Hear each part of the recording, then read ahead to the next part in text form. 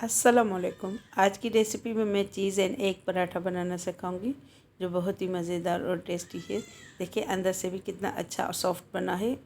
अगर मेरे चैनल पे आप नए हैं तो मेरे चैनल को सब्सक्राइब करें और बेल आइकन दबाएं ताकि मेरी हर नई वीडियो का नोटिफिकेशन आपको सबसे पहले मिले। अब सबसे पहले इसका डो गूँध लेंगे। 1 कप ये मैंने मैदा लिया है, 1/4 कप आटा यानी होल व्हीट फ्लावर चक्की का आटा, आधा टीस्पून नमक डालेंगे या अपने टेस्ट के मुताबिक, 1 टेबल स्पून में इसमें देसी घी डाल रही हूँ। आप मक्खन भी डाल सकते हैं और ऑयल भी। अब इसको पानी से सॉफ्ट गूंद लेंगे हल्के हाथ से, ज़्यादा मसल के नहीं गूंदना, थोड़ा थोड़ा पानी शामिल करके इसको डो की शक्ल में गूंद लेना है।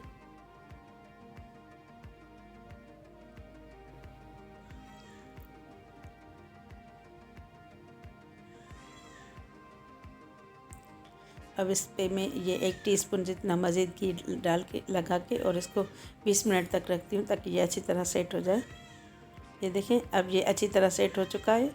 मैंने इसको 20 मिनट रखा था। अब ये एग मिक्सचर बना लेते हैं।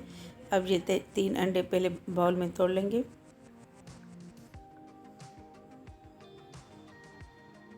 या जितना मिक्सचर आप बनाना चाहें।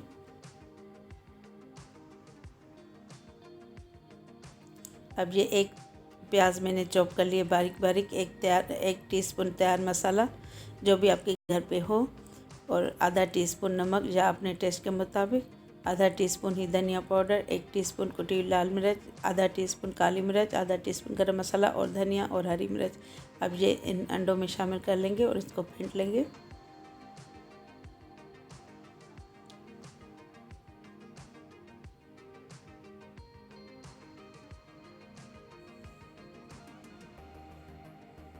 अब इसको मिक्स कर लेंगे अच्छी तरह ताकि ये सब मसाले इसमें अच्छी तरह मिक्स हो जाए अंडों में। अब जो मैंने आटा गूंद के रखा था इसके 4 हिस्से कर लेंगे और रोटी की तरह बेल लेंगे। ये देखिए आटा ना ज़्यादा नरम है ना ज़्यादा सख्त है। अगर ज़्यादा नरम होगा तो ये ऑयल में पकते हुए खुल जाएगा। अब इसकी रोटी बेल लेंगे।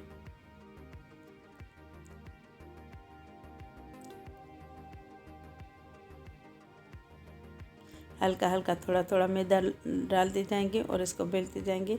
अब ये देखिए ये मैंने रोटी बेल ली है और ये 1/4 कप इसमें ये एग मिक्सचर डालेंगे, बीच में सेंटर में रखेंगे और इसके ऊपर एक चीज़ स्लाइस रखेंगे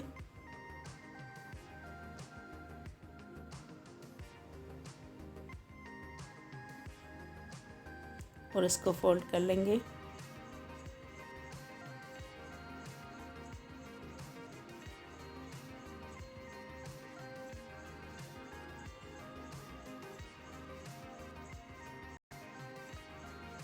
थोड़ा अच्छी तरह इसको बंद करना है और इस पर कोशिश करें कि अंदर एयर बबल्स ना बने और इसको साइडों पे थोड़ा थोड़ा प्रेस कर लेंगे ताकि ये अच्छी तरह आपस में जुड़ जाए। मैंने ऑयल गरम करने रखा है। अब हम इसको डीप फ्राई करेंगे।